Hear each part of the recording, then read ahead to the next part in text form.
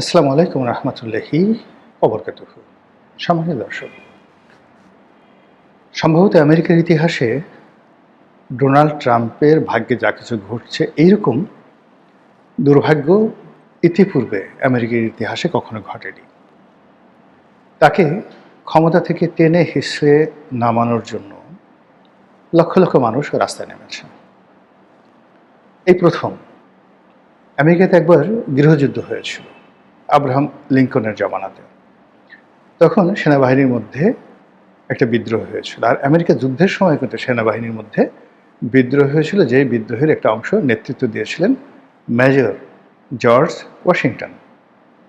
একইভাবে এই মুহূর্তে ইরান যুদ্ধ নিয়ে মার্কিন সেনাবাহিনীতে বিদ্রোহ দেখা দিয়েছে। আপনারা জানেন যে মার্কিন সেনা প্রধান থেকে শুরু করে অন্তত 1 ডজন শীর্ষ 4 স্টার জেনারেল, 4টি তারকা বিশিষ্ট 4 স্টার জেনারেল, আমাদের দেশের একেবারে ওয়াকারুজ্জামানের মতো পূর্ণমাত্রার জেনারেল যারা আছেন, এই জেনারেলরা চাকরিচ্যুত হয়েছেন। পেন্টাগন এবং তাদের যে সামরিক বাহিনীর যে গুরুত্বপূর্ণ পদগুলো রয়েছে, স্পেশালি সিআইএর অনেকগুলো পদে তারা স্বেচ্ছায় চাকরি ছেড়ে দিয়েছেন। অনেকের চাকরি চলে গেছে এবং অনেকে নিজেদেরকে ডিঅ্যাক্টিভ করে রেখেছেন। আর এসব ঘটনা হয়েছে ইরানের এই যুদ্ধকে কেন্দ্র করে।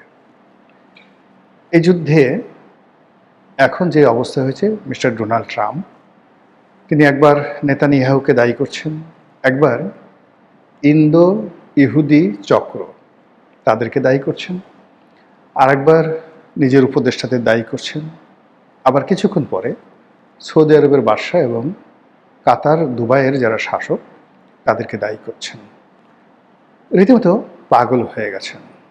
কথা হচ্ছে আমেরিকার আনাচে কানাচে যে এইবার প্রেসিডেন্ট হিসেবে তাকে ইমপিচ করার জন্য কংগ্রেসে বিল আনা হবে এবং তাকে বৈধভাবে আমেরিকার ইতিহাসের যুগান্তকারী যে ইমপিচমেন্ট, এটা ডোনাল্ড ট্রাম্পকে দিয়ে শুরু হবে। এটা গেল মানে যদি সব কিছু স্বাভাবিকভাবে এগোয়।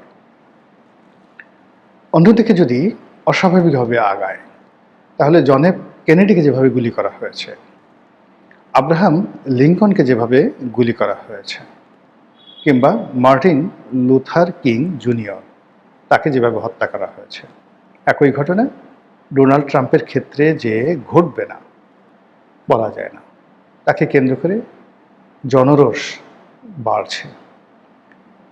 এবং আপনি জানেন যে আমেরিকার সমাজে বহু প্রকৃতির মানুষ আছে, এমনকি ভিক্ষুক রাস্তায় রাস্তায় ভিক্ষা করে বেড়ায়, তারও 4-5টা AK-47 আছে। ওখানে যে যত ইচ্ছা তত অস্ত্র কিনতে পারে।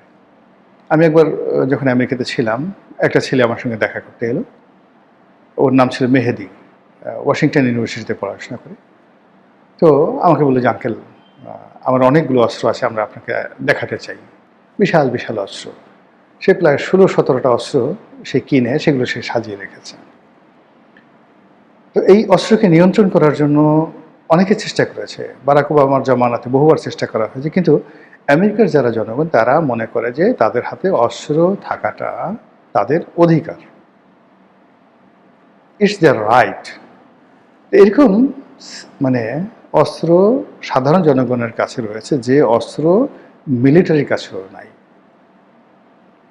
এবং ওখানে সাধারণ জনগণের মধ্যে শুটিংয়ে মানে যারা শ্যুট করতে পারে নির্ভুলভাবে, এত ভালো ভালো শুটার আছে যে অভীষ্ট লক্ষ্যে 1 কিলোমিটার 1.5 কিলোমিটার দূর